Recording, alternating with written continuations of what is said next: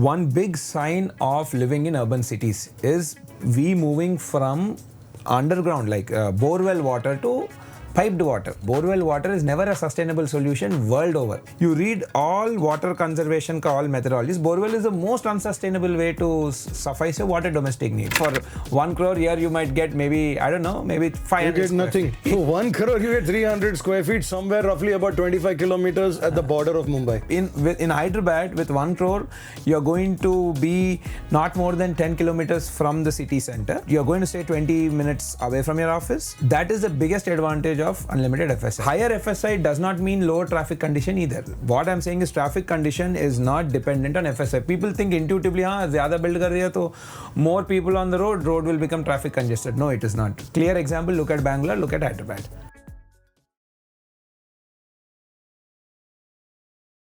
Welcome to the podcast. Welcome to my humble abode. No, it's really nice. And I'm super excited to talk to you and get connected to your audience through you. Done. Very good. My first question to you is, till 2024, till last year, Hyderabad was the capital of both Telangana as well as Andhra Pradesh. Now in 2025, the capital of Andhra Pradesh is getting shifted to Amravati. Correct. I want to know from your end, what does this entail for the real estate industry in Hyderabad, number one? That on a very specific space, but I also want to know from you, from your experience, how does the political scenario of a state define the real estate market of the capital? Got it. So let's dissect this one by one, Ravi. So first, when the state got bifurcated in 2013-2014 time, for 10 years we were supposed to share the capital city, that is Hyderabad, with both Telangana and Andhra Pradesh, right? However, after the first government formation in Andhra Pradesh in 2014, they decided that they'll be building their capital from scratch in Amravati. So the capital building program had started, and a good amount of government related functionaries started moving there. Like the High Court moved there, and I think some parts of the Secretariat also moved to some parts in Vizag and some parts in Amravati. They started functioning as and when the construction started happening, right? So administratively, the capital moved much earlier, though it was provisioned for much longer time to stay in Hyderabad. But corresponding political parties at that time, TDP came into power in 2014. They moved it there. Then after the next government which came in Andhra Pradesh in 2019, YSRCP, they had a very different, sort of viewpoint on the capital. They came up with a decentralized capital system, right? Where they had like 4 capitals in the state.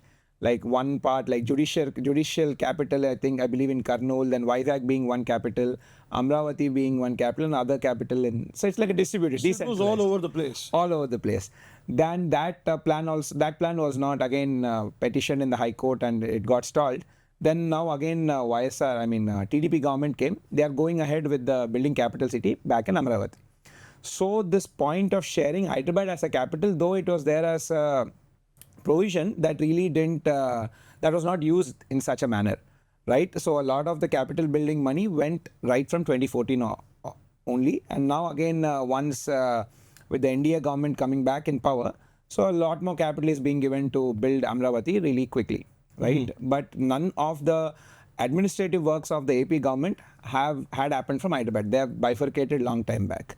So that really doesn't have an impact. Now let's understand impact at a broader Telangana level and Hyderabad level, right? What will Amravati or probably Amravati, let's talk Amravati only, because that is where the public investment in infrastructure is going to happen. Government investment, by that I mean.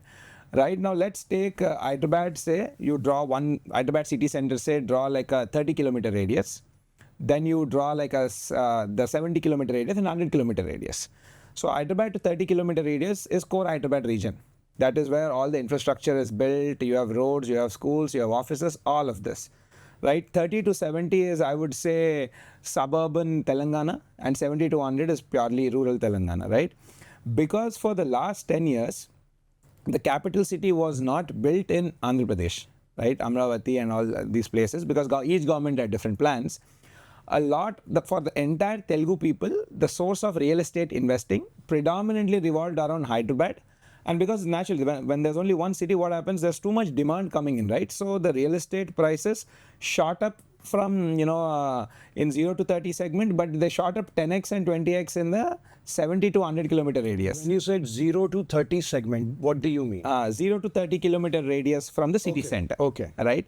So let's take an example. If you look at the appreciation of land prices over the last 10 years, particularly over the last 5 years, the maximum return you got in the 70 kilometer to 100 kilometer radius. Right, naturally, because the base price was also low. So almost you got returns to the tune of, in 5 years, you got close to 10 to 15x returns, right?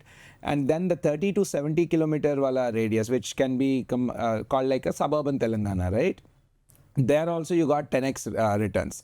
And in the 0 to 30 kilometer radius, you got like a 3x or 4x. 3x, 4x returns, 12 to 15% return, IRR. Okay, go ahead. I'll have follow-up questions on this. Right, so now that Amravati is coming, so when Amravati is coming, what's happening? It's another urban center, right? Whenever another urban center forms, the demand of Hyderabad is not going to go away because it has already got an existing infrastructure. And the population base is 13 million, right? Compared to Amravati, which is as a suburb extension of Vijayawada, I think the population is around 2.5 to 3 million only, right? So Hyderabad doesn't have much, zero impact, I would say. But I would say the peripheral parts, like 70 to 100 kilometer, where the land prices are heated. Now, for the investor who's coming in now, he has to alternate. Okay, am I going to invest in the sphere which is 70 to 100 kilometers away from Hyderabad? Or am I going to invest in the sphere which is probably 10 to 30 kilometers from Amravati? That's how it gets weighed on. So there will be sort of a correction in the rural Telangana part. Now there is a counteract to this also. Now Telangana government is building RRR, what we call regional ring road. Right? That's another next wave of big infrastructure which is going to boost various manufacturing plants and all of that. Like if you're aware of Hyderabad city, we have something called ORR, Outer Ring Road. So essentially what is ORR? It's an 8-lane restricted corridor, right? So people, it's a totally where vehicles can travel at 120 kilometers per hour. So any such investment in public transport is one of the key essential thing in real estate. Right, ORR has provided major boost to Hyderabad for the next 20 years, unlocking a lot of land, right, connecting a lot of suburbs to the mainland of Hyderabad. Now, when RRR comes, Regional Ring Road, I think the auctions, the bidding work has also begun for a particular stretch of that. That will further unlock more real estate value in peripheral Telangana. So that will again act as a counterweight against the slippage in land prices. So there are this, in a way like the centrifugal and centripetal forces continuously which determine a land price. Government intervention always kind of helps in the growth of a certain region. Correct. I understand that one. I think the ring road is going to do the same thing for the outside area. Yes. Now, you said that within the 0 to 30 kilometers, there was 3x, 5x. Okay. 0 to 30 kilometers, there's 3x, 12% to 15% return. Yes, okay. Annualized. And as we kept on going further out, there was more and more returns. Yes. Okay. Can you touch base on the quantum, the amount of money that is needed to invest in that region one of the main city, then the suburban region and the outskirts, the rural area, which you had 3 classified? Got it. Because I want the audience to understand, a lot of people understand the percentage, 10x, 15x, but they don't understand the amount of money that is actually needed to go into that 3x, 5x. So in actual terms of money, where was the maximum growth in investment if someone is looking to invest in Hyderabad? Okay, let's say the investment quantum is something like 2 crore. Okay. Right. Again, depending on the investment quantum, let's say it's 50 crore, then there'll be a different strategy. But let's talk to 2 crores, right? Common man, say someone, what is an average price that a person in Hyderabad spends? 50, 75 lakhs? 1 crore pakadenge. 1 crore? Right. 1 crore is the perfect figure. Karenge, Okay. right? The entire country understands 1 crore. 1 crore, right? Yeah. So if it's 1 crore in the 0 to 30 kilometer wala segment, you can essentially only invest in a built space, that too a 2-bedroom to 2.5 bedroom house. That's what your money can get. If with the same 1 crore you want to invest in land, then you have to go into the 30 to 70 kilometer wala radius, where you can buy a plot of land. Not like maybe 10 acres or something. You can buy a plot of land with any developers who are offering gated plotted layouts and sort of stuff. But no, you want to buy a bigger land, maybe like 5 acre or 10 acre sort of thing. Then you have to go into the 70 to 100 acre wala radius. There with 1 crore, you can, depending, at least in Telangana, you can get anywhere 4 to 5 acres of land you can own. Okay. That's how it will vary. So as you come closer to the city, in the 30 to 70 kilometer segment, you can't really invest in built spaces because there won't be any much built space in that. So if you want to invest in built space, it's essentially the 30-kilometer wala radius. If you want to invest in plotted lands, then 30 to 70 kilometer wala radius. If you want to invest in more like agricultural land, like of course you can change the zone also, but larger land, maybe 4 or 5 acres, then you have to be in the peripheral ring. So 1 crore will become 3 to 5 crores in the 30 kilometer in the city area. Yes. 1 crore will become 10 crores in the suburban area. That's what it's become, yes. That's what it's become now. Yes. So those who bought in 2018, 2019. Yes, from 2014 to 2023 period, this was the scenario, that 10 years. Okay. Right? All right. So that should give people an idea. And if someone who had bought in the outer ring road area, in the 70 kilometer plus, they're looking at 1 crore equals to 15 crore now. 1 crore equal to 10 crore. 10 to 15. 10x wala return. That is 24% CAGR. See, another point also to mention when, in this line is that Telangana had a lot of pent-up demand from 2010 to 2015 because the state was undergoing a political destabilized phase during the Telangana agitation period. So because of that, after the 2008 when the markets collapsed and markets start rebounding from 2010 onwards, that did not happen to Hyderabad. Hyderabad saw a prolonged slump of almost all 7 years, from 2008 to 2014-15. So all that pent-up demand also came into play once the new government formed, and then the state got bifurcated, and then the political stability improved. But that has been existing. So after the Lehman Brothers 2008 slump, everybody, the entire world had a problem. In Mumbai also, there was a stagnation. Prices from say 2008, 2009 onwards till 2014. Once again, with the political stability, when the BJP government came full force, till then everything was stagnating. Mumbai also went through a lot of... A small correction here. Bangalore and other cities, right? 2010 say they started doing reasonably better. The slump was not that prolonged. In fact, 2000, if I'm not wrong, 2012 was one of the best years for entire Indian real estate in the 2010 to 18 wala period. 2012, if you can look at the data also. Even in Bombay, Lodha back in the day clocked very high sales. Bangalore, it was going through the same thing also.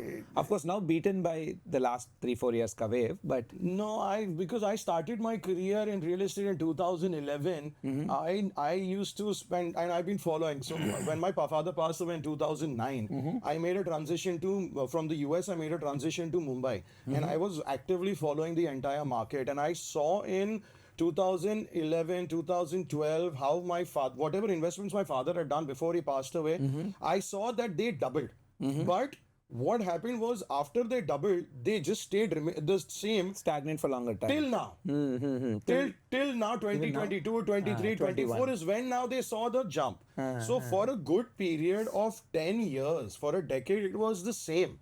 But other people also saw a growth. From my aspect, and when I was doing the brokerage business, I saw that in the brokerage aspect, the prices were pretty much the same till once again 2021 when the government in Maharashtra, I'm talking specifically for Maharashtra, where they gave the stamp duty benefit. Okay. Now, post-COVID. Yeah. That was the little kind of a shot, the adrenaline shot, which just pushed Mumbai. The industry. And then it just kept on going up and up and up. Where we used to sell properties at 45,000, 50,000 rupees per square feet, we are selling at starting price of 75,000 rupees, 90,000 rupees per square feet. Yeah. See, after 2021, there was a huge bump to real estate, usually fueled by global credit expansion. Right? There's a lot of cheap money available, credit was easily available. Hence, all assets ran, so did real estate. Right? But in the previous decade of 2010 to 2018 wala period, for most cities, the peak absorption was around 2012. For most cities. Yeah. And Hyderabad did not see any growth in that time. So the growth started coming, all that pent-up demand started coming from 2015, 2016. Once state got divided, the government was formed and stability was finally achieved. Do you think the prices in Mumbai make a difference as compared to the other cities that you're talking about? The amount of money that someone has to invest, even if say if it is a 1,000 square feet house, at minimum 45,000 rupees per square feet, that's 4.5 crores. You add the government charges, that's another 10 to 15% of it. So that brings a price at 5 crore. Now, if buying a 3-bedroom apartment in one of the suburbs in Mumbai is costing you 5 crores as compared to say a 3-bedroom or what would 5 crores buy in a city like Hyderabad in 2012? In 2012? 2012, 2013. Oh, wow. 2012, you can buy a big bungalow. A very big, but like easily by a big bungalow, I would say 10,000 square feet ka villa you can buy. 10,000 square feet? Yeah, and not too far from the city center, mind you. It's 5,000 rupees per square feet? Yes, back in 2012 ka time pe. Yeah, 2012. I mean, 2012. If somebody invested, they would in Hyderabad probably get like a 20x return. 20x? Yeah, I know people who got 20x return in land, and these are again not like these are in the 0 to 30 wala kilometer range circles. I'd met a friend of mine back in 2011. Right now he's in the US. He owned a duplex penthouse with a terrace in Coxtown, Bangalore. All right, it must be roughly about a 4,000, more than that. I think 2,525, roughly about 5,000 square feet house with his own private terrace, some 3-car parkings in a small building. It was like a 3 or 4 floor building where the top 2 floors were his. I asked him, how much did you buy this house? He said 4 crores. I mean, see again, there was that periods of time where things were relatively much, much more inexpensive compared to what they are now, right? There was a period of time, but before users, like listeners, get really excited and jump on it, let's dive a little bit more in that. How real estate cycles or how real estate appreciation really behaves. Right, many people, real estate appreciation is not like I would say a sort of a incremental slope curve. It's like a step curve. By that what I mean is, let's say now property price is appreciating at 15%. It appreciates like that for like 3 years. Then it totally sort of plateaus for 5-6 years. Property prices seldom come down, but they don't appreciate. When they don't appreciate, in real terms, it falls down. In nominal terms, it doesn't fall down. Correct. Like, for example, let's say property price today is 100 rupees and the market is not doing good, right? Then what happens is next year also you're buying the same property at 102 rupees. So next year, 102 inflation is 6%, right? So naturally, it has real terms, the property has become cheaper. So it stagnates like that, or 2 to 3% wala return. Sometimes it happens for some periods of time, and then again it takes a sudden jump. So if you actually plot this now, if you see how people's incomes are raising, right? For most working professionals, right? Most of the people who are working, the incomes raise are anywhere around 10%, right? Those who can buy houses, probably this is you're talking about the top 10 percentile of the economy, right? For them, the incomes are raising at a average 10 to 12%. When the property prices are shooting, let's say 15, 16 or 18%, 1 year it's fine, 2 years it's fine. After 3 years, what happened? You compound this, there is a huge gap between that. That's when people start feeling unaffordable. Then it stagnates. Eventually the income, wage increases catch up to it. In nominal terms, it would be at the same price. In real terms, adjusted to inflation, it becomes cheaper. Like that, again, it sits like that for 3-4 years and suddenly it gets an uptick where it runs. So real estate seldom moves like a incremental straight curve. It never behaves like that. You're saying every 3 to 4 years. When I did my research work, I found out that the real estate cycle actually goes in a 18-year cycle on an average. There's a huge post that I made. I put it on LinkedIn on that, where the real estate cycle from the beginning till the end is on an average anywhere between 12 years to 18 years with anywhere between 15 years to 23 years, which brings an average to 18 years.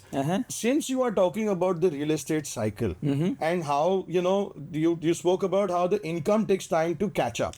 Yes. Now, what would you classify us in the last 3 years, 4 years? What stage of the cycle are we in? Number one. Number two, where are we going now? Is where were we? Where are we now? And where are we going to go?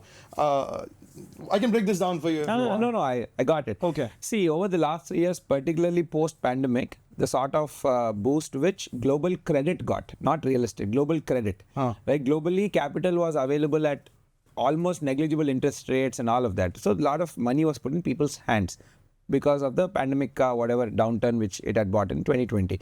So because of that, real estate started running. And second thing, consumer life, lifestyle also changed. You started using home as a product much more than before pandemic, because you're staying at home, you had to work from home, do so many things from home. So one, more money was available in your hand. Second, there is a product called home, jinka usage बढ़ गया है. Right? Then naturally what will you do? You'll take this money and upgrade the product. Go buy a new house which is a little bit more bigger, because the money was also available. I agree. I see right? that. So this 3-4 years, probably until 2023, the market ran crazy. Like your markets, by crazy, I would say markets in prime city areas were running at like 15% upwards, right? Now, naturally, because it was running for 3-4 years at 15% compounded and salaries didn't grow as much, right? Now people are feeling the heat. Oh, markets are too inexpensive. Then what do people do? They start holding back the money, right? They find that, okay, I can't buy that. Then they're going to hold off. So what's going to happen is two things this will lead to. This will lead to a good amount of purchases post completion of a project and good amount of purchases beginning stage of the project. Under construction stage, it will put stress. Okay. This what behavior will translate into. Under construction, what about pre-launches? Early stage ones, right? Early stage ones, if they're priced well, there'll be good demand. Because see, let's say market mein current prices, let's say, I don't know, Bombay ke hisab se 30,000 rupees, right? Majority of the Bombay market. Somebody is pricing at 10% below market, they'll see a good traction because people will see minimum itna appreciation to hoga. Let's say they're placing the market on 30,000 or launching it on a future price. Let's say next year ka price hoga some 32,000. I'm going to launch it 32,000 today. Those projects will struggle, right? So depending on what price you launch, the launch can be determined. There is good amount of buyer interest at the beginning and at the end, not in between. That Sustenance is what sustenance. So such cycles put the buyer behavior changes to people buying right at the beginning or right at the end, but not in between. When the market is booming, then you see people buying behavior spread across the entire construction life cycle. This is how the buyer behavior changes. Okay. And the future?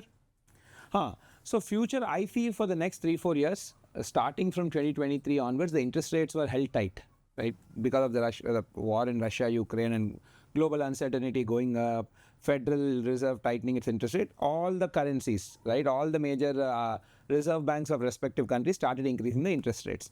Now that had made housing purchase much more costlier, right? Yeah. Because I think if I'm not wrong, 2021 में कुछ 6% था interest home loan का 6.25 कुछ था. Now we are at 8.5. So it's gone up 33% cost. So because of this, now the tightening is happening. So the growth is going to come down to more sort of normalized terms, where I would say around major, at least the prime cities, keeping aside Bombay. Bombay has a little different aspect. Bombay and luxury real estate of Gurgaon, the mid segment, inventory, premium segment inventory, which probably costs around 2 crore rupees, that we see moving at anywhere around 7 to 8% is what we forecast. Depending again. What do you mean 7 to 8%? 7 to 8% appreciation year on year is what we are forecasting, down from 12 to 14%. Okay. So there'll be a period of 2-3 years of stabilization period. And then after 2-3 years of stabilization period, another thing to watch out is what sort of disruption AI and this is going to cause in the IT industry, which are main consumers of real estate, right? Especially from a built space point of view, right? If that is further giving more boost to employment there, then I think again it will go through another uptake. If let's say there is a change in job types and all of there's a churn which happens, then it has to be waited and seen. So next 3 years, whatever it is, it's going to be more towards a period of stabilization, more than running at, more than sprinting. I think we'll go into the marathon mode now. This in the future? Yes, next 3-4 years. 3 years, 4 years, we are going to be plateau. I would say marathon phase, not total plateau, but 7 to 8% growth rate is what we are forecasting. I don't think Mumbai is going to grow at 7 to 8%. Mumbai, I think, is different because Mumbai's affordability is way off the charts. It's like a year, there's a particular metric to measure the affordability, it's the number of years ka salary, the property price divided by number of years ka salaries. Most of the cities in the world is around 5.5 to 6.5. Most Indian cities, Hyderabad, Bangalore, Pune, and most parts of NCR, it's 7 to 7.5. Mumbai is 30, highest in the world. So Mumbai will behave differently. But Mumbai mein na, Ravi, I'll see what's happening is there is the top, I would say top 3 percentile of the economy, right? People who are probably making 2 crore and more earning per year. Very, very niche segment, right? Income growth rate is very strong, which is happening, right? So that is sort of pushing the demand for luxury real estate, both in Mumbai and even Gurgaon ka that market. You see luxury real estate ka sales are hitting through the roof, right? Because a lot of people like senior level executives in the tech industry particularly, now we are seeing the first wave of major tech companies listing and giving exits to these ESOPs, which these people carry. So they're getting a major boost of income in one shot, which is moving into real estate. I know of a gentleman who's been wanting to list his company or want to take it public. He's having a lot of issues he's having. The tech He has taken public or he's going he wants to go public. Maybe he'll have to wait for some time. You see the markets are also not so Yeah, conducive so I now. think he's holding on to that. Now, I agree with what you're saying that a lot of that money goes into from the IPO, the ESOP exits. The ESOP exits are all going into real estate, mainly because of capital gains tax. They have to put that money somewhere or the other, and the only place where they usually put it is in real estate. Small correction here. Until 2023, the capital gain tax was very lucrative because 2023 तक आपका capital gain tax था 20% plus cess मिला के 22.7, 23% or like that's what it used to cost you. And there was no cap. Let's say you sold 10 your... crores का बाद में वो लोग ने cap बाद में it came to 10 crores. Now, but capital gain is usually reduced to 12.5%. So just before that came into law, in Mumbai, maximum amount of luxury sales were happening, and these were sales happening at not even like 15, 20 crores. They were happening at 300 crores, 500 crores, saved the entire 1,000 capital gain. crores. There is a gentleman in the news, if people want to Google it, about 1,000 crores worth of inventory was bought in one building by one guy. Oh, wow. It is ridiculous. It was ridiculous. But at some place it makes sense. Think about it this way. You're deploying 1,000 crores in one shot, right? 220, that's like 220 crores ka taxes. Yeah. Even if it doesn't appreciate for the next 3 years, you made your 8% ka return any which way. So that's the logic behind this boom. That is the real I logic. think Mumbai is going to see, and I've been saying this 6 months ago, 8 months ago also, I had a podcast with my fellow real estate influencers, and I told them that 2025 is going to be a very interesting year for Mumbai real estate, mainly because it's already peaked.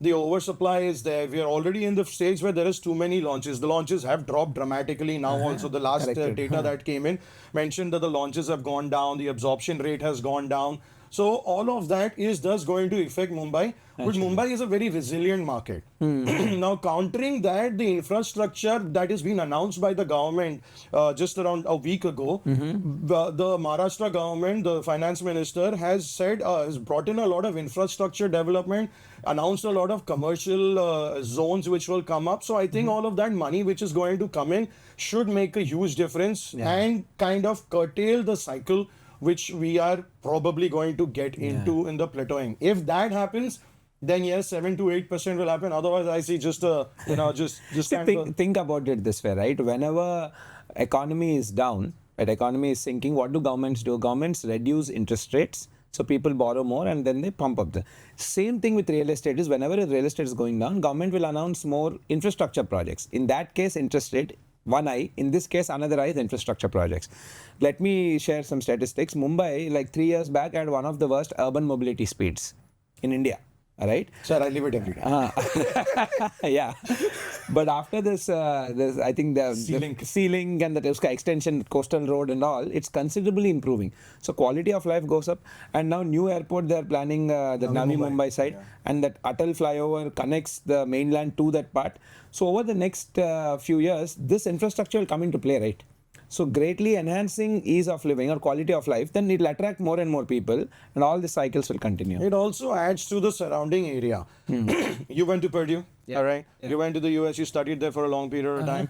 I've spent a significant amount of my time in Philadelphia, right? And Philadelphia and New York is just roughly about 90 miles away from each other.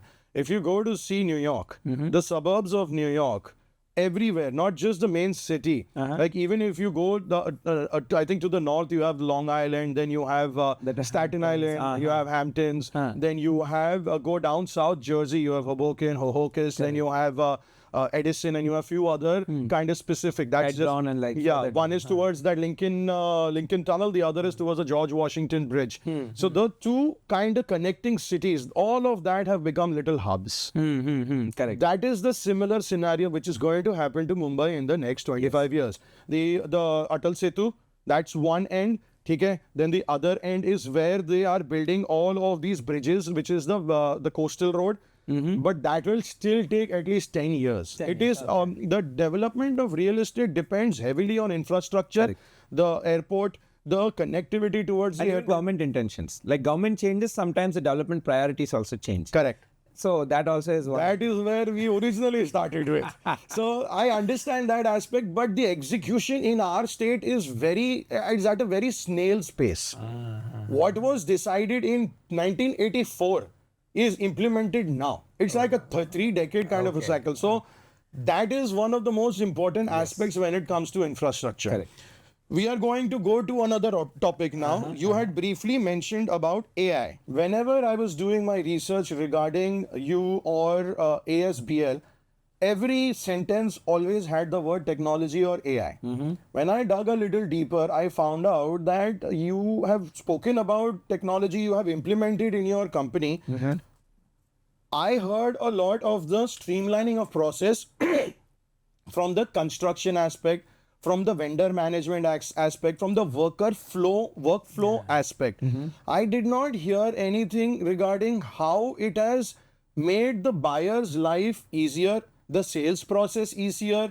How has your technology, your AI, benefited the buyer and addressed a buyer's buying process as well as a buyer's anxiety?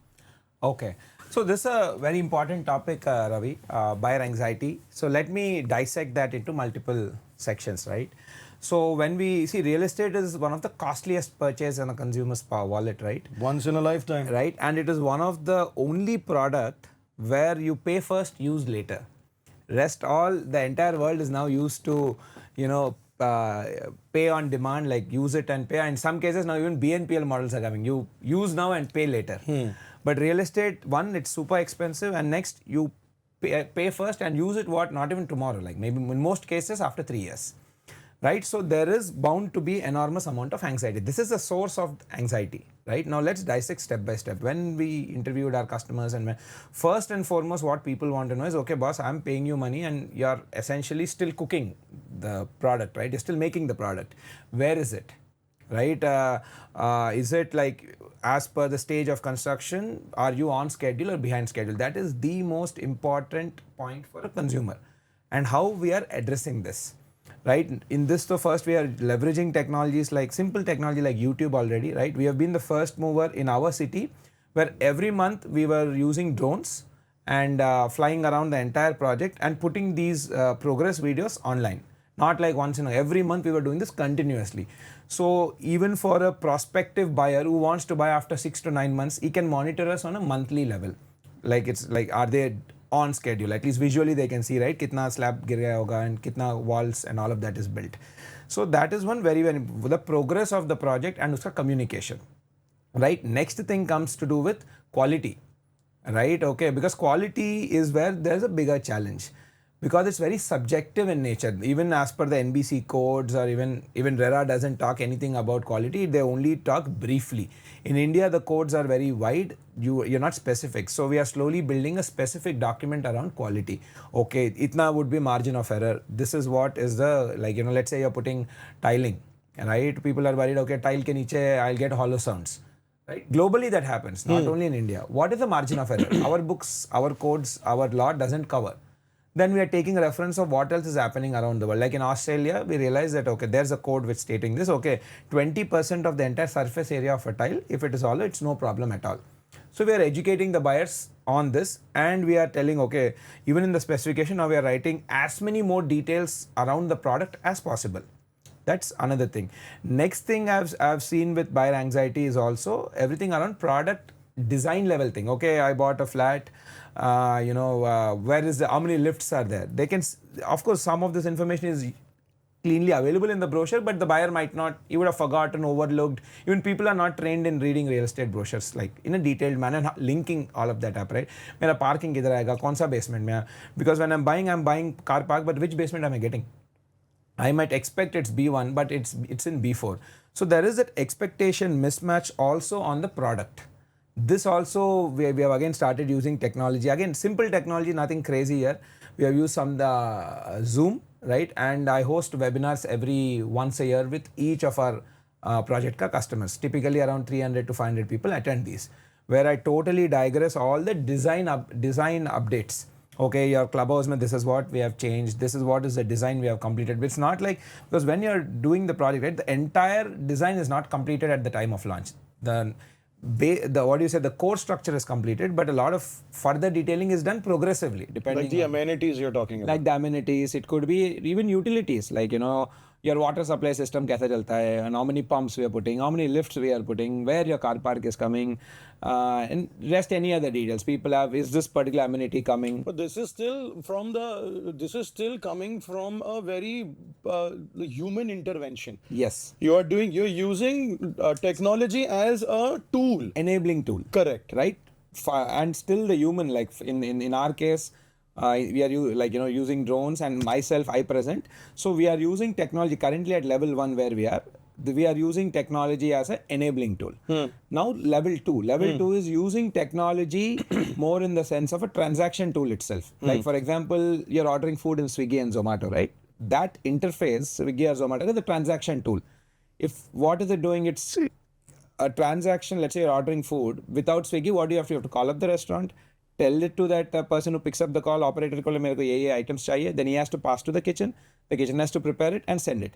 This the entire app is. So app has taken over. So transaction technology. Transaction as what is now digitized, right? Transaction is where now the next stage of development is happening, and various stages. We have now in real estate. What is the transaction aspect? First and foremost is after you have decided to buy the unit, there's a lot of paperwork which comes around agreements, right? Your booking application, if there's any particular offer. So before you get into the transaction aspect, do you have a plan of action as to how a person can choose the property that, say, if someone comes over here, and there are, give me a location. Financial district, let's say. Let's just talk about financial district where you have a project. There are 5 other projects over there, all right? Do you have any kind of a tool implementing, assisting the buyer to do any kind of comparison level where with technology, where the buyer gets to know why ASBL is a better option as compared to any other developer? We don't have that sort of technology. Are you thinking of making something like this? If you want, I will give you ideas because I have a ton of this in my mind. I mean, yeah, see, we have our various strategies to address this, but I wouldn't want to spill all the beans. Okay, right? that works. That works. Some of it is our core USP. Okay. So that it's a strategic advantage. Maybe I will not say, but I'm telling what at least we are doing to ease up the process. Okay. Something which I'm allowed to put it out. Okay. Right. So once a buyer has shortlisted a unit, right, then there's a massive process around documentation because it's a complex purchase. Right, various set of agreements and all of this. First and foremost, we have begun digitizing this. Matlab, before you typically go buy an apartment, you have to submit a heck of a documents, then you have to do some 100 signatures. You will not understand what you are signing, and most likely you're signing everything. Right? If you read those documents, nobody will sign. And, I mean, that's how they will be also. They have to be also. Not that there's anything wrong in that. But so what we are doing is linking to this entire DigiLocker, this Aadhaar KYC system. Now we simply send an OTP and people sitting in their home, they can simply digitally sign it. Very nice. That's something implemented across last 1 year plus, and almost all 2,000 of our customers in this span did that. Right. Next, we have particular offers, like sometimes interest holiday offer or sometimes rental offer, various offers. Now, whenever there are these offers, the buyer has to submit us some documents, and then we do some reimbursements or whatever is of. All of this process is also digitized. Like, let's say interest holiday ka offer chal raha hai. Right, you bought a home and month on month you're paying for whatever is the loan which is dispersed to the developer, maybe 30% depending on stage of construction. Uska home loan you're paying. In the interest holiday offer, what we do is we reimburse the interest what the buyer is paying to the bank. Right now, typically, again, you have paid the bank the interest, then you have to call the CRM person, I've paid this, then you have to send some proof. Then he or she has to verify, then we have to pay back. Now nothing. We have given a customer portal where you put the bank statement, there's a transaction ID. You just put that and automatically our system will send the money to you. No human intervention. Right? This is all achieved. Now we are moving to... How long does it take from the time they put the details in till the time they get the money back? 3 business days, but technology is instantaneous. It's phenomenal. We can actually do it instantaneous, but we keep it 3 businesses because That's buffer रखना पड़ता है ना. as per because some sad bank holiday ये सब हो सकता है. Yeah. That's technically instantaneous. Next thing is you pay the developer money. These are all small things, but a very big nuisance for customers day in day. So customers pay the developer money and then they keep calling the CRM team for at least 5-6 times over the next 2-3 days to get a confirmation. अरे मेरा पैसा आया क्या because a large amount of money. And then another 2-3 days to get receipt. In our case, no, because the minute you pay the developer the money, your account se money will debit. There's a UTR ID which you get. That ID you simply go into customer portal and put it. Automatically the receipt will be generated to you. In that the instantaneous, not even 3 days, instantaneous. So this is all what we have built.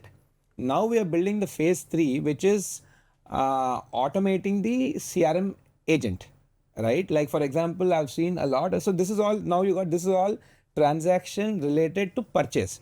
Next you have problems around any any queries. Like as a customer you got agreement में some line, I don't know 39th page पे you got some doubt. अरे ये clause ऐसा क्यों लिखा है and what is the meaning of this clause?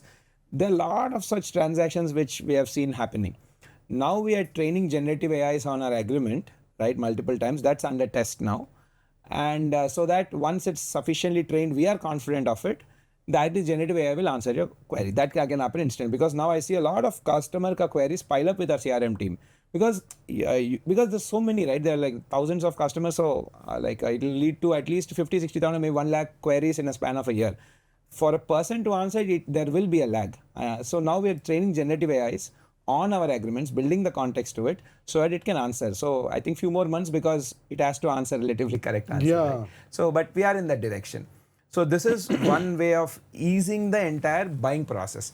Next thing, we are integrating with our home loan providers, right?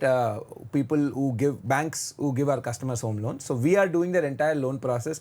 So another very big nuisance in real estate is when to get a home loan. Very, very big nuisance. Oh, there are like so many ifs, buts. People are so tired by the time they do it. So that pura process now we are digitizing, right? Again, giving a one-stop, like a digital, Dropbox sort of thing where you go and drop off all these documents depending on your the type of loan profile you have. We have almost all, if I'm not wrong, 17 different types of loan profiles.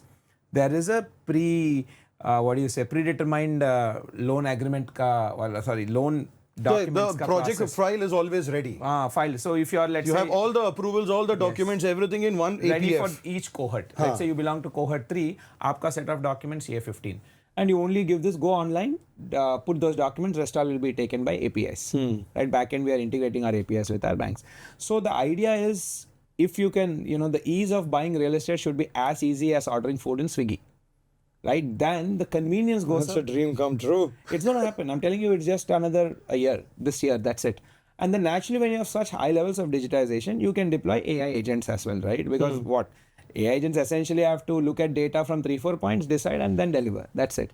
So that also is there in our future plan. Probably next year is where we go into that realm where this entire process, the minute customer, sort of signs up for the apartment, everything is led by the AI agent. And this is the only way to take customer satisfaction to above 90%. As a human, even if I'm doing, the best we can reach is 50%. And I'm not really, because the problem is expectation mismatch. आपने ये बोला, मैंने ये सुना, मैंने ये बोला, आपने ये समझा. All of this we want to cut down. No, it's what I call Chinese whisper. What I say, but what you understand, are two separate things only. Exactly. So that's what I call as a Chinese whisper. It's actually a game where there is a chain of 5 people. One person says something, and then by the time it comes to the 5th person, the whole meaning is only different. Anyways, I digress. But imagine you're ordering food instead of ordering via Swiggy, you're ordering to the restaurant and all these problems will come up. Yeah. मैंने बोला था spicy कम करने को इतना spicy बना दिया. And then you see the service में you go and see online, ratings would have gone down. So by Swiggy or Zomato coming in, they standardize that thing, right? So same thing is going to happen in real estate. What about addressing issues with the buyer once the handover is done? See, again, post handover is also very, very important phase, Ravi. So there also, again, we have our own technology deployed, right? Which has integration with all the IoTs, with all the payments and all the, see, post handover क्या होता है? Simply, people have to be paying maintenance, people have to be paying all the utility bills, people have to be paying whatever other services or amenities they're using. on whatever chargeable manner. One major nuisance in community life post handover is somebody is not paying, and then उनको देख के और 10 लोग नहीं pay करते. Eventually the maintenance ecosystem collapses. The management doesn't have association doesn't have enough money to upkeep the building. So making sure people pay on time and they're aware of that is one very important. So we have a centralized, again, our technology has a centralized payment integration. Few other apps also have, but ours also have. Now we are integrating all of this to reduce the cost of maintenance, right? That is because it's a recurring cost. The more security staff and all you consume, more would be your maintenance cost. To reduce this, now all the amenities we are putting IoT based doors. All the doors are IoT. So IoT is Internet of Things. Internet of Things. So it's all so let's say you paid for swimming pool enabled or something, or RFID or RFID sort of. So using our app, like you just carry the phone with you, it will sense you and automatically open the door. Let's say you did not pay for swimming pool usage or whatever it could be, right? Some party hall ka usage you didn't pay. It will not allow you access. So using this, we're able to reduce the manpower by monitoring these gates, what we call. Okay. So which will reduce the maintenance burden, right? Where they can effectively use the money elsewhere. Next thing is complaint redressal. Let's say आपका घर में कुछ pipe leak हो रहा है, right? Simple. This technology is there. Ours is there. Other apps are also there. You simply put in the app, a ticket is generated and it's monitored up to closure. In our case, because we only built the project, right? Our engineering mainframe also, this data goes back to that mainframe then and there. So that for next projects, we can analyze, okay, which of these problems are site-based and which of these problems are design-based. Many of the problems are actually design-based. Right? It's actually a very smart way. So immediately then what happens, next sites at least, you can rectify the design. Correct. So this was very, see, engineering में ना क्या होता है, the cycle to fail and learn is very long. That's why you grow slowly. Like let's say you made an app, right? You make an app, deploy, users will start using it. In 2 महीने में आपको पूरा data आएगा. Which feature is using, people are using, which is not using, which is being clicked, not, and you change it. Engineering में ये cycle 10 साल का है. We are planning to at least bring it down to 3-4 years. Let's say we made something and there is some, I don't know, maybe... So real estate cycle is only 3 to 5 years, bare minimum. From the time you start a project till you finish the project, then after that handover and then after that feedback. So you can cut it down. See, let's say one project we did it and usse we learned that, okay, boss, ये tile का hollowness बढ़ गया है. How do we change it? ये practical problem है हमारा. Then, okay, our engineers went back and redesigned, okay, instead of using these materials and this methodology, let's change the methodology to do this. Let's use this adhesives. Once we use that, solved for all the projects, not just once. Continuously you are progressing. Yes, continuous engineering learning is very, very important. That's very good. Very important. So this is the power of technology. If not, what happens is, I deliver the project, right? I use best of the best consultants. I've put in everything, but still every product, be it an iPhone, you come across news that iPhones or Teslas are also called back because of some bugs. Even drugs are called back. Every product in the world will have bugs. Will have bugs. That's a underlying. That's period, boss. You can't not have a product without a bug. It's going to happen. Right? When we're talking about drugs, we're talking about pharmaceuticals. Yeah. Not substances. Those drugs. Yeah, that's a good needed clarification. So real estate also same thing. A lot of these things, because one project is operated by one set of engineers, other project by other set of engineers, it could be different city, different neighborhood, different everything. How will they know all of this? Like I'll tell you one interesting case. In one of our project, once it was closer to handover, the door ka stopper jo hota hai na, it started rusting. Then we changed the entire, pura community ka doors ka stoppers. We removed it and we replaced with another brand ka ones. Now, immediately what we did, we took this brand and blacklisted in our mainframe. So whenever our purchase person who is totally different team, right? He is buying door stoppers for next another project, maybe 5 years after, whenever it is. Unko it will not allow him to buy this product. So you see, that is system scale learning. The purchase person need not know ye door stopper ke saath kya problem. He need not know anything about it. System will take care. That's what we're building. Where did you learn all of this? I'm finding it very intriguing. The more I'm talking to you, the more I'm finding it very intriguing how talk a little bit about your education and how you use that into real estate. Just a little brief. Just give me a little brief about that. I want people to know. Have you spoken about this previously? Not really. But see, Where are you getting all of these ideas and implementing this? So I want to know the origin and the process of bringing this to real estate. See, with at least my education, I did my undergrad in economics, so I understand money behavior better. Which university? From Purdue University. Okay. Right? But United States of America. yes, you had to say. I actually, that was one of the very good schools in entire US for civil engineering and construction management program. I actually went to do that, but it was too difficult for me. So I couldn't sustain in that. So I took economics. One, I liked. Second, it was a lot easier also. Okay. So engineers were clocking in like probably they were working all 5 days. Economics was like a chilled course. I only had to study 3 days a week. It gave me a lot of time to sit and think. I think that was the value add which my college did. It gave me more time, more free time so that I could contemplate. Think, not party. No, I think. Okay. So I'm generally repellent to alcohol, so that gave me I moved towards the contemplation rather than the partying. Okay. Right. So that contemplation, and actually once I started working, same thing continued. So because I'm very hands-on. Like even now, I work 6 days a week. I go to sites frequently. I talk to all our customers directly. Right. So On ground. Sorry? Oh, you're on ground. You I'm spoke on to 300 to 500 people on Zoom calls. Every year I do that for every site. So on a year, I'm talking to close to 1,500 to 2,000 customers. Right? So I'm very close to the customers. Naturally, I keep getting the feedback on this.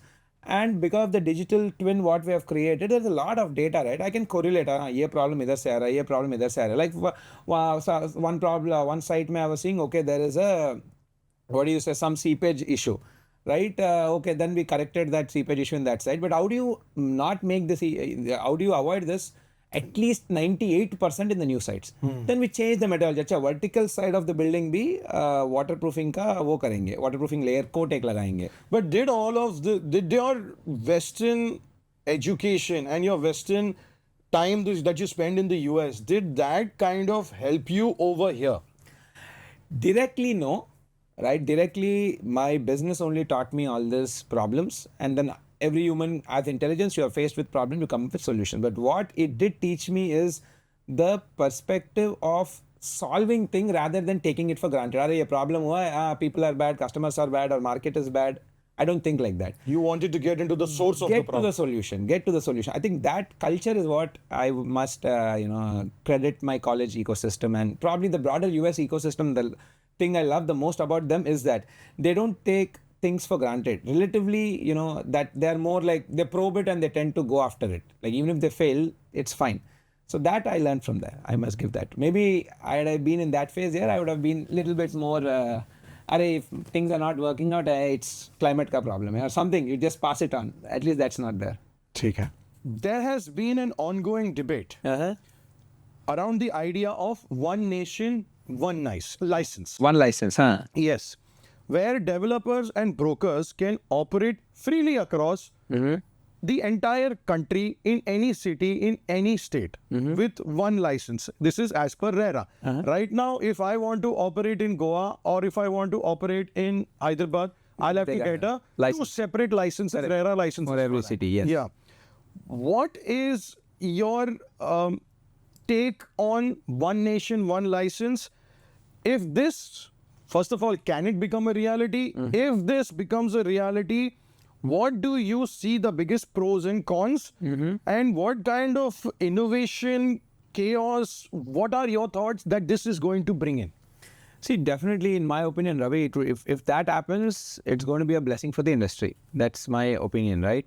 If they could even add to that one license and and even one urban design framework, right? Like if they can make a flatter market when it comes to urban, like your approvals and this sort of things, then see, one, it will give developers the scale of an entire nation, because one of the biggest problem with real estate industry is it's hyper localized.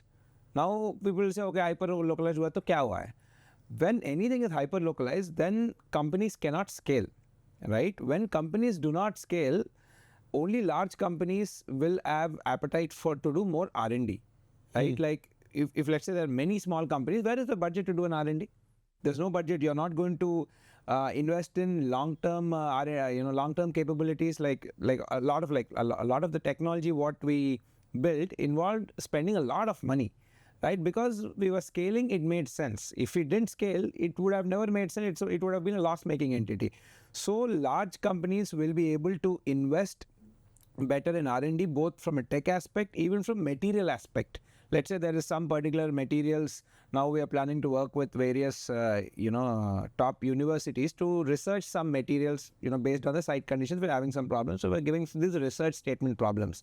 And we are giving some grant to it. Why? Again, because we have decent amount of budgets. So what will this, the hyper localization, if that falls down, what it'll give a developer pan-India market. So one solution I found out in Hyderabad, I can use it across the country, right? In that way, my costs are going to come down, and for the investment which I'm putting on my R&D is going to make sense. So if that comes up, it's going to be very good to the industry, and we will start seeing much more planned and organized cities. Like, let's take an example for Dubai, right? Right, Dubai is essentially built by 4 or 5 developers, Emar and this Nakil and a couple of other them. Now, Shobha is also a very big part of building Dubai. So Dubai, what did one thing they do? They took like 1,000, 2,000 acres ka neighborhood, given it to one developer and build it. That's how that pura, that Burj Khalifa ka area is totally built by Emar. That Palm Jumeirah is built by Dubai Creek also, the entire area is managed by Dubai, near the Dubai malls, Dubai Hills. Dubai Hills. Yeah. Right, then this Palm Jumeirah is done by Nakil.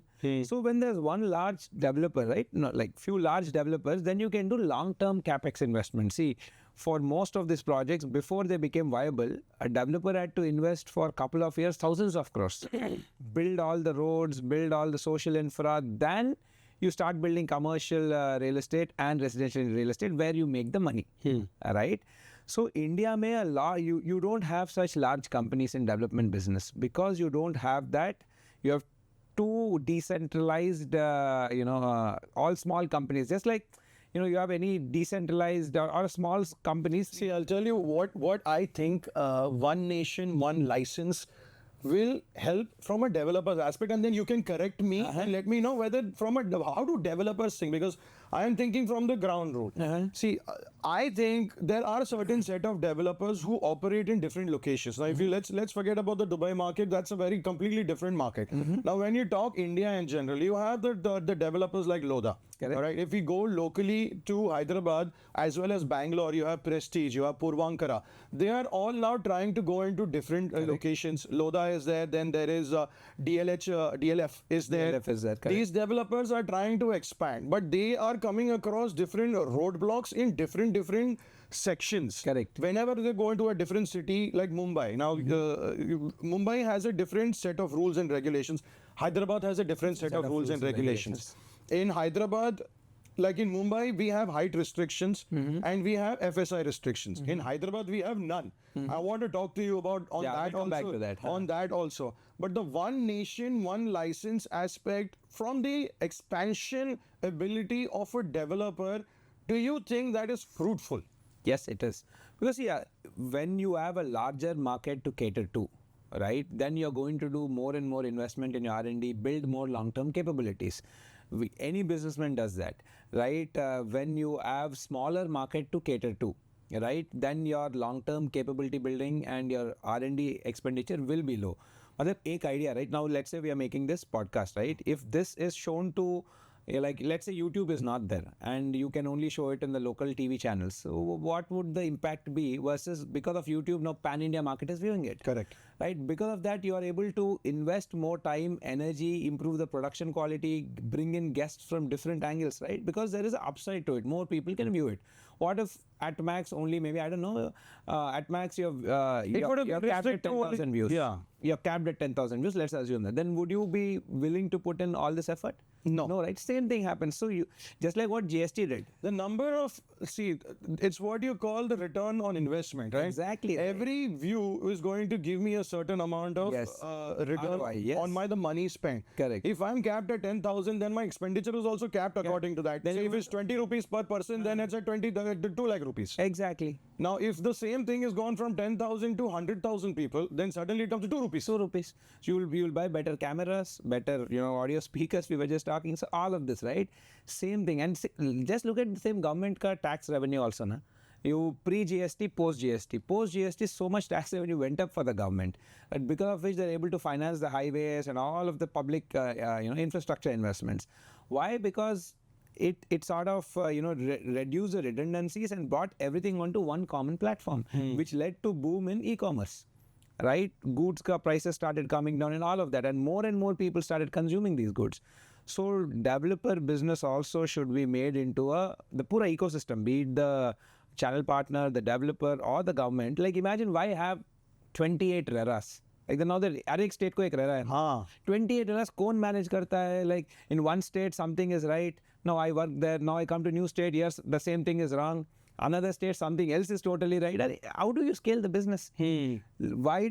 Anyways, the act is one act prepared by the central government. Correct. Why doesn't one act govern the entire country? Now every act will be taken by the state agencies. Again, amended, and then it will be applied. Now in this amendment, imagine like you're continuously changing rules for 10 years, you won't remember what was the first rule. And then you progressively over-regulate. क्या होने वाला है over-regulation से? It will become costly for buyers. Builder को क्या होने वाला है? बस cost will be passed on. Na?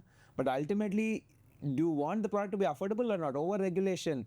So too many cooks, I would say, spoil the broth, right? So too many people working on regulation. It's just, now I feel it's just it's like a bureaucratic employment program. That's what I would say.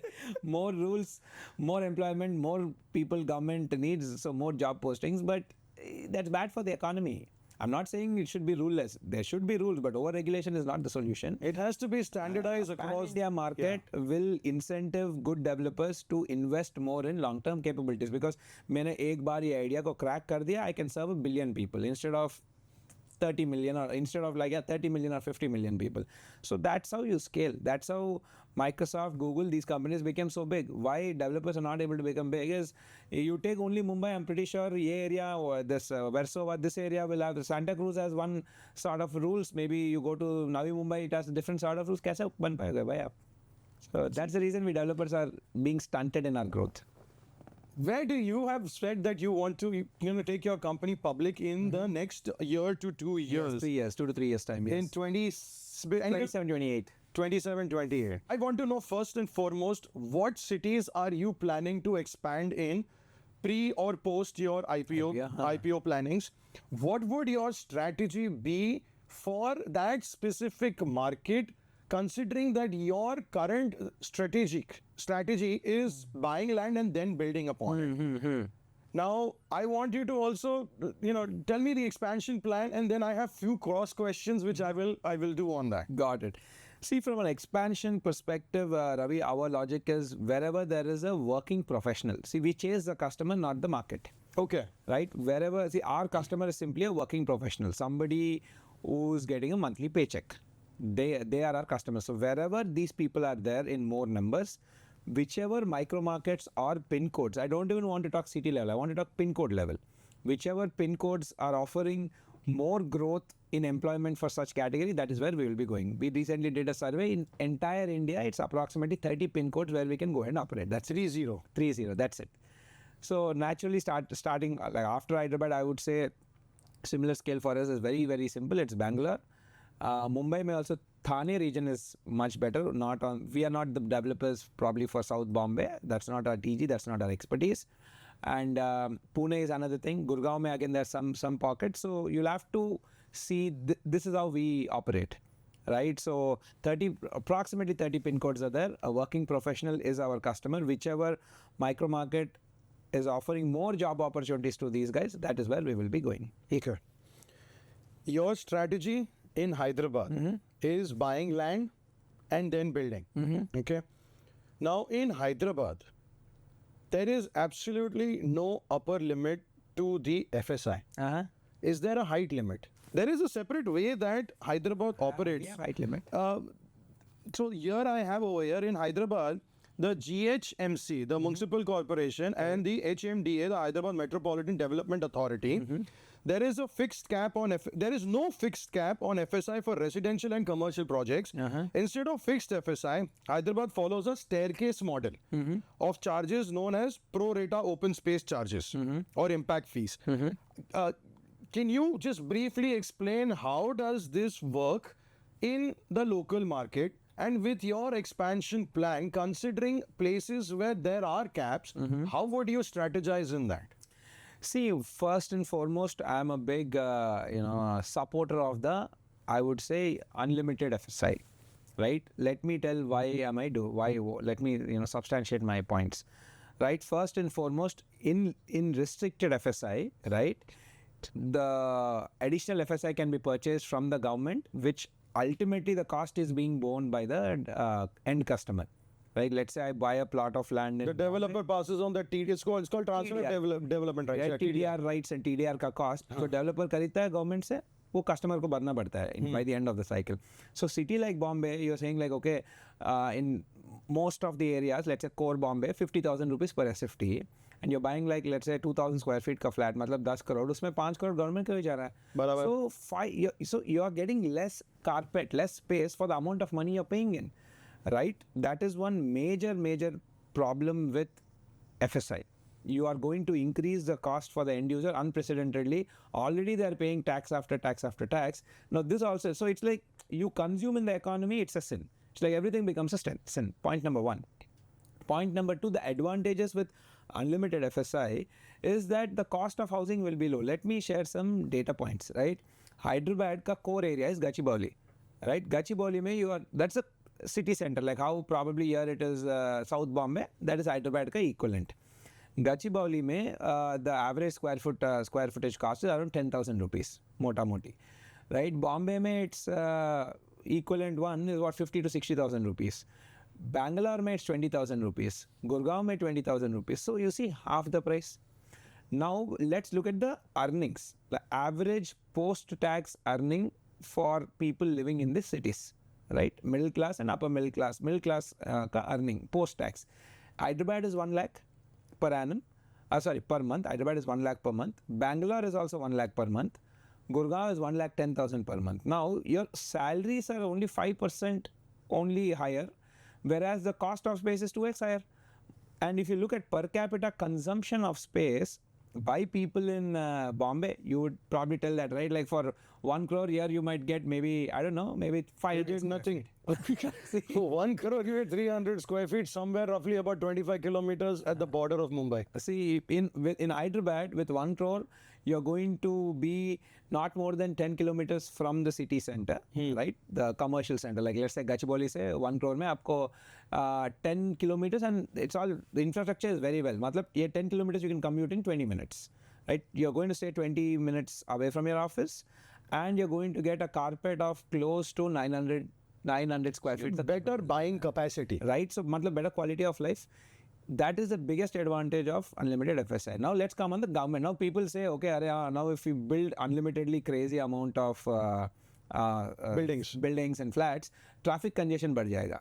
Yeah, the load on the infrastructure, particularly urban, especially even the facilities like sewage, your garbage, everything else, all of those infrastructure. Civic infrastructure. Yes. Civic infrastructure also, I'll break it into two aspects. Aspect one is urban mobility. Aspect two is your sewage infrastructure, water, electricity, all this stuff, right? Let's come to aspect one, which is urban mobility. Now, Bangalore has 3.25 FSI, right? And Hyderabad, because it's unlimited, we build close to around 8 FSI. Wow. Right? That's almost 2.5 times of Bangalore. Does Bangalore has low FSI, right? Compared to Hyderabad, Bangalore has only 40% of the FSI. Now, does Bangalore has bad traffic or Hyderabad has bad traffic? It's Bangalore. Far away. Like Hyderabad ka traffic condition is so much more better than Bangalore ka traffic condition. In fact, you see these days a lot of rants also going on in Twitter between politicians and citizens of Bangalore on the pathetic civic and urban mobility infrastructure. So, traffic congestion is not a function of FSI. That's one first thing. They are not connected whatsoever. They are not connected. In fact, you take US for that example. US ka major suburbs in top cities like this, LA and those regions, which have got one of the worst traffic conditions globally, have FSI of 0.5. When your FSI is low, right? When your FSI is low, what happens is you have to bring out your vehicle to commute more and more, so small things. Like, let's think about it this way. Let's say one area mein the FSI is X, other area mein the FSI is 5X or 3X because it's an easy cal. Now when there's 3X, matlab more people are staying in that area, more people are staying in that area, more businesses come there. Matlab, it can be a daily utilities business like a salon, like a supermarket, a doctor ka clinic. So you mean to say a specific building will become self-sustaining? Yes, that neighborhood will become self-sustaining, right? Then higher FSI does not mean lower traffic condition either. What I'm saying is traffic condition is not dependent on FSI. People think intuitively, zyada build kar rahi hai, to more people on the road will become traffic congested. No, it is not. Clear example, look at Bangalore, look at Hyderabad. And That's a very it's very counterintuitive. Yeah. But that is science. Yeah. You look at the science and like I'm just citing what's available online, right? That's point number one. Now, advantages of IFSI ka one more. Now, let's get into utilities side, right? Your pipeline ka jo aap dale the. Now, the pipeline which you are laying, right? You governments, you're laying a pipeline. The more the customers it has, the lesser would be the cost. Just the more the customers the pipeline is serving, lesser would be the cost. Just now we were just talking about impacts of scale. अगर एक pipeline से आप 10 लोगों को पानी दिया versus एक ही pipeline, बड़ा pipeline डालेंगे क्या और कूदना तो ही है. Like you have to dig a little bit more only. So bigger pipeline से, if you're serving 100 customers, the cost of pipeline comes down. Both from a like capex perspective and even opex perspective. So the maintenance cost for maintaining the pipeline also comes down because more people are paying for uska whatever water fees or air fees. It actually saves a lot of money for municipalities. Let me cite iska bhi ek data. Entire US mein, right? US has gone into crazy, and US is very low FSI, right? Now they are really arguing and saying that that's not the best of the things they should have done, but now they've did it. Right, $1.4 trillion a year they are just spending in maintaining these roads and the sewages and all, and cities are going bankrupt. Because the more distributed your population is, matlab more road, more kharcha hoga, matlab more sewage pipeline, more whatever electrical grids and all of this. First you have to build them, a capex, next you have to maintain more. And for that same pipeline, instead of providing service to 100,000 homes, with low FSI, it will provide service to only 25,000. Wouldn't it also put a lot of pressure on natural resources? Water ke upar. Now, just I'll come to this point. Yeah, very good. Water you're saying, right? Yeah. One big sign of living in urban cities is we moving from underground, like borewell water to piped water. Borewell water pe pressure zyada aayega. Borewell water is never a sustainable solution world over. We as Indians, we did it because we that there was no alternate there, na? Like most of, if you go to tier 2, tier 3 cities, is there a piped water connection? There's no piped water connection. So what is the alternate? Borewell hi to jana hai. But you read all water conservation ka all methodologies. Borewell is the most unsustainable way to suffice your water domestic needs. Think about it this way. Probably, I don't know, 20 years back, when we all used to live in apartments and all, क्या होता था? gas cylinder लेके आता था घर को. Now in all communities, do you ever see gas? You see piped gas.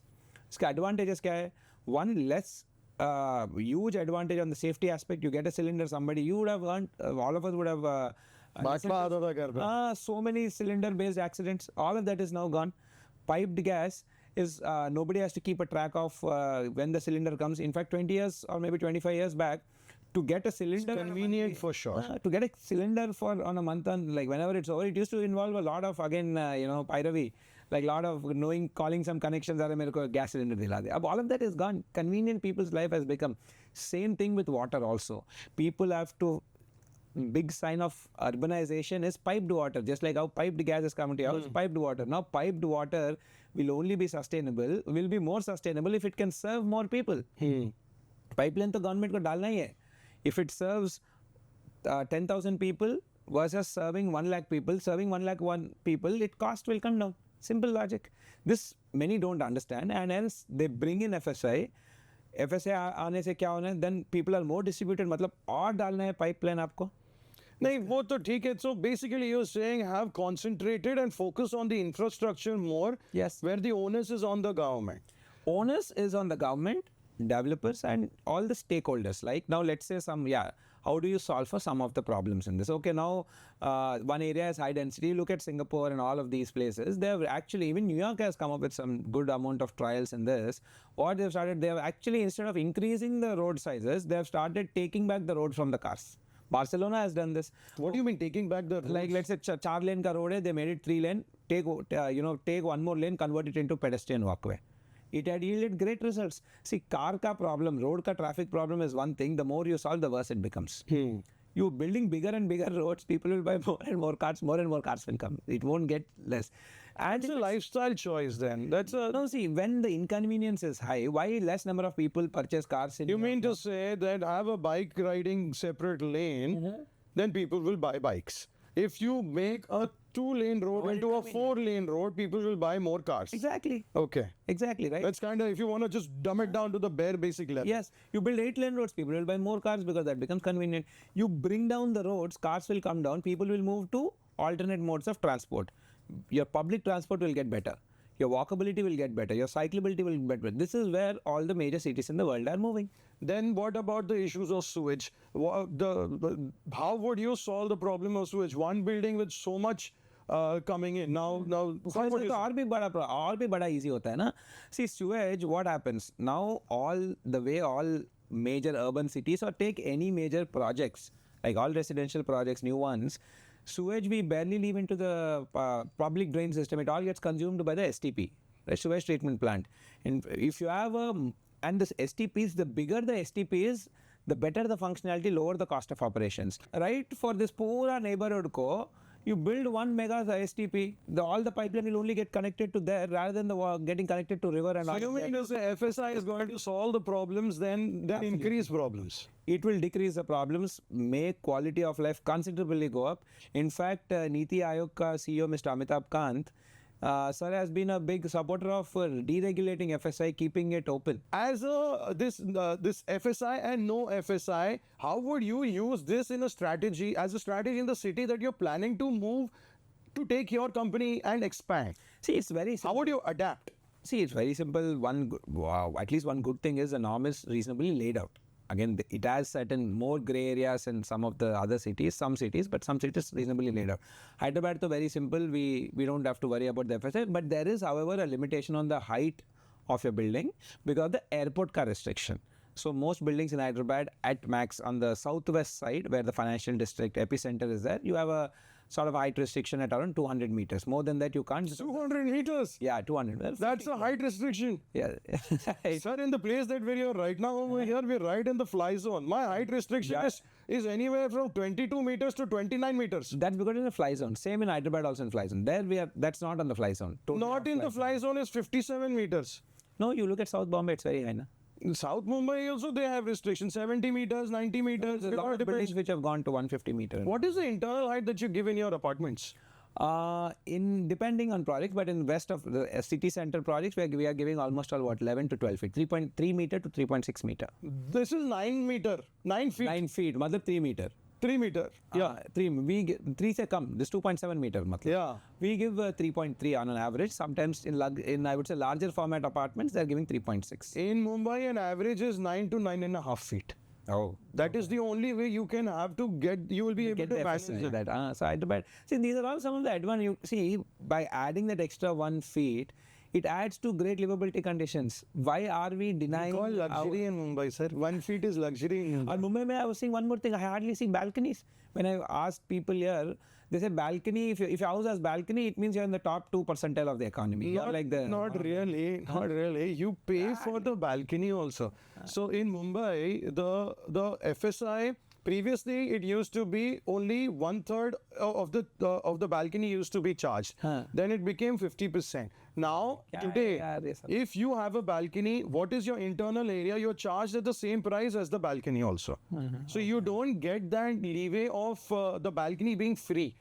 So the developer, if you're developing something, as per the whole thing, say if your apartment is 1,000 square feet and 900 square feet is your internal 3-bedroom ka space. 50 square feet you have one balcony, and some 50 square feet you have a dry area outside the kitchen. So they will charge you on the full 1,000 square feet. Even the government will charge you on the full 1,000 square feet. So your internal as well as your external area is at the same price. So that is why people, and most of the people, when they take the property, what they do is they kind of cover it up and they make it internally. So developers stop making it only. Give them because give them more carpet then. So it is considered to be luxury. The balcony is considered to be luxury. See why? Because of all this regulation, right? Like if you probably deregulate some of this, the consumer is going to have better quality of life now. Why are we? Yeah, but what about the greediness of the developers? Sir, Developers also greedy. Now I'll give you an example about this whole balcony aspect only. There used to be more balcony space they built, and consumer has less carpet and more balconies. Is that what you're saying? No. So there used to be a concept called flower bed back in the 2007, 2008 and 2010s. All right. Where it used to be roughly about 1.5 feet below from your slab of the house. Okay. So this is your house and this is a sunken flower bed. All right. All right. And it was properly like this. So what people, and they would not charge you money for this. The developers used to charge, but the government would not charge. So then the apartment, which used to be say 950 square feet and 150 square feet of flower beds, they used to charge it at full price at 1100 square feet. So the government realized that these guys are making money, so we should also make money. And then they also standardized the whole thing by removing this flower bed nonsense and putting it all under the carpet area. Now when that happened, the whole pricing increased, things change. So this is where the greed of the developer also comes in. See, greed. Maybe you are self-regulated, but not everybody is. Yeah, let greed be solved by the market. Why do we want to put rule after rule after rule after everything? Right? Now, let this very important, Ravi, like let's say. To protect the buyer also. अब इसमें क्या protection? Buyer ज़्यादा price pay कर रहा है. Buyer is having lower quality of life. Who is suffering in this? Not the government, not the builder. The buyer is having a lesser quality of life. That means the buyer is suffering. Yeah, in this is right. In this flower bed scenario, the government swooped in and said that मेरे को ठीक करने का इसको. पूरा ठीक करने, then the balcony is only gone. Right, because of the aftermath is, then 1 second, the aftermath is the balcony is only gone. So how would you fix this? Right, if see, let the market determine. See, let's say somebody is putting a flower bed. अब एक neighborhood में थोड़ी ना कि एक ही project होगा. Have you seen real estate में anywhere in one 10 project होएगा. Right, let the market determine. Somebody will realize that whoever has not given a flower bed and probably given a balcony or whatever is the needed thing there, उनका sales अच्छा होगा, then naturally they'll perform more. The people will, others who will change will perform better, will also adapt, and who will not adapt will be vanished. Let the market determine its own equilibrium. Why rule after rule? ये पूरा rule लगा के क्या हुआ? आज balcony चला गया. Whose quality of life is getting impacted? Whom are you trying to save? Who got impacted? Who got benefited? What happened? And all. Bottom line, if you go to see over the last decade, yes, the balconies did reduce. And boss, imagine, I mean, seriously, I come from Hyderabad, we have big balconies. Like, I don't know how people, I mean, it must be quite difficult to live in an apartment without a balcony. Like, maybe here, I mean, again, I've not gone and spoken with people living in apartments, but what I could see is, and what I did hear from people who were, whenever as human beings, you want to go out. As human beings, you want to get out of four walls. We are sitting in this room right now. I don't know about you, but after like an hour and a half, मेरे को भी मन करता है चल थोड़ा बाहर जाके हवा खा के आते हैं. Hyderabad में we give balconies as big as size of a room. क्यों? Because there's nothing charged on it, and it sells very well. So these, see, other than again. But how would all of this, we're digressing too much, but how would all of this affect what you're planning? Balconies, no balconies, FSI, no FSI, less FSI. Where would you adapt your strategy as a company into the areas that you said in Gurgaon, in Thane, in all of the other places that you're looking at? Pune? Very simple, Ravi. See, whatever it is, local laws, we have to comply. These are my opinions, right? And ultimately, I don't blame the government also. It's people who should be empowered. If people are empowered, better laws will come. If people are not empowered, then not so good laws will come. They are at risk. They'll only suffer, right? Through sharing of content and information like this, some amount of new perspective and empowerment, I hope it happens. I hope so too. I hope so. The whole purpose of a podcast is so that you can speak your mind and then we bring it out to the people. Maybe that one person is sitting and he's like, you know what, this guy is speaking sense. Let me make that change. Right. So now coming to our corporate strategy, right? So it's very we have to comply with local laws. Now, if the local law says that, then I have to comply. I can't do. But I'll tell you the process at least how we can sort of we intend to do, or we have been doing in Hyderabad also. We typically have focus groups before we do a project in any new neighborhood. If it's a neighborhood which we already do, then we don't do it repeat. So we go and we source out like 20 to 25 customers in that particular neighborhood, and I personally go to their houses to see how they are living actually. Floor plan में जब वो घर बेचा था online मिलेगा ना plan. What is the furniture arrangement? How did the builder sell the plan? वो actually कैसे, how are they living on the ground?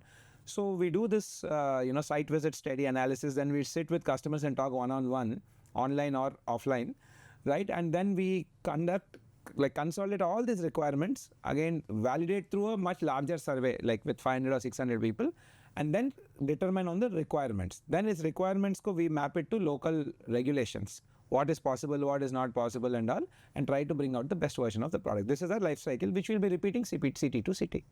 Just kind of copy paste the whole thing, scalability aspect. Yeah, the process remains the same. Requirements change, regulations change. That's all. But the process to वही है. And feasibility of a project with no FSI, the feasibility does improve a lot. Yeah, it does. How does the feasibility aspect come into all of this? Almost 50% of the projects in Mumbai, 50% of the projects don't even get approved because the previous the existing, say there is a redevelopment, an existing building is already used FSI more than what they are allowed to use. So that gain which they are supposed to get is already wiped out. See, yeah, all of complications won't be there if that reduces. But one definite thing, if you look at all the policymakers' point of views, be it somebody as senior as Mr. Amitabh Kant sir and senior levels in the government, they are sort of talking more on these lines. They are talking about deregulating these aspects to improve consumer life. So eventually, I think in the next 5-10 years, some level of deregulation is around the horizon. It's going to happen. I think it would be very nice to see this in Mumbai, a place where there is no FSI. So many projects, so many buildings will get that improvement. If they're not able to give this FSI, maybe make an exception. Yeah, Do on an exception rule as a separate, leeway to a building, so that the people who are actually staying in the building, in a building which is 40 years, 45 years, 50 years old, dilapidating. See, and you never know when the lift will fail. You never know what sort of fire hazard, like fire ka protection system it has. You're left at the risk of all of this, na? So I think the government should, at least in Mumbai and Maharashtra, they should have certain exceptions as long as the case is proved well to the government, to the authority, the approving authority. And fundamentally, people, this is not the government, but this is a people problem. Greed cannot be managed via rules. Make it, underline it. Greed cannot be managed via rules. Market can manage greed much better than rules. You put rules over it, people are going to suffer. This is I wish, like, Indian people at large understand this. Greed cannot be managed by rules. The market is fair and competitive. Let the market determine who will do better, who will not do better. And any which ways a builder, developer wala business, builder wala business is hyper competitive.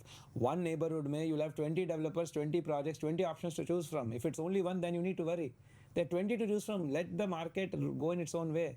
Don't punish the entire market. And these people are doing it for themselves. It's been a pleasure talking to you. I've had a lot of fun. So I hope you also have. I also have one question which I want you have a question for me? Yeah. All right. I come to Bombay frequently and I see that the infrastructure here is, of course, getting better, but still compared to other cities like Hyderabad, Bombay, Bangalore and other cities, it's still not on the same level, right? And cost of living is so high, and it's like job opportunities are now equally distributed in other cities, something like Hyderabad, Bangalore and Chennai at the next level. And Pune also is doing very good. Why do people still prefer Bombay? I always that always that was like an enigma question for me. Like, why? Before I get into that, I'll say that people complained a lot about Mumbai also. Yeah, they do. There's a lot of ranting on that. Yeah. But yet at the end of the day, they will be like, Mumbai is the best. Yes. All right. They will complain about the traffic. They will complain about the transportation, the public services. They will complain about the roads being dug up. They will complain about the air pollution. They will complain about the sound pollution. They'll complain about every aspect that they can possibly complain about. But yet, there is a certain frequency that this city vibrates at. Okay? It is very different from Delhi. It is very different from Bangalore. It is very different from Hyderabad. I'm not taking anything away from any other city. But Mumbai has a charm about itself. It has history about itself. It has a very dear acquaintance of mine, friend of mine had mentioned that in a Mumbai local train, you can find a guy who's sitting and making 7 crores, you'll be sitting right there.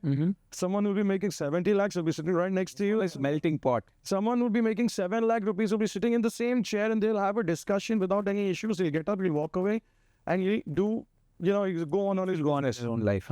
एक दिल होता है you know, वो यही रहता है. I have lived all over the world. I have gone to Australia. My sister stays in Australia. My other sister stays in Dubai.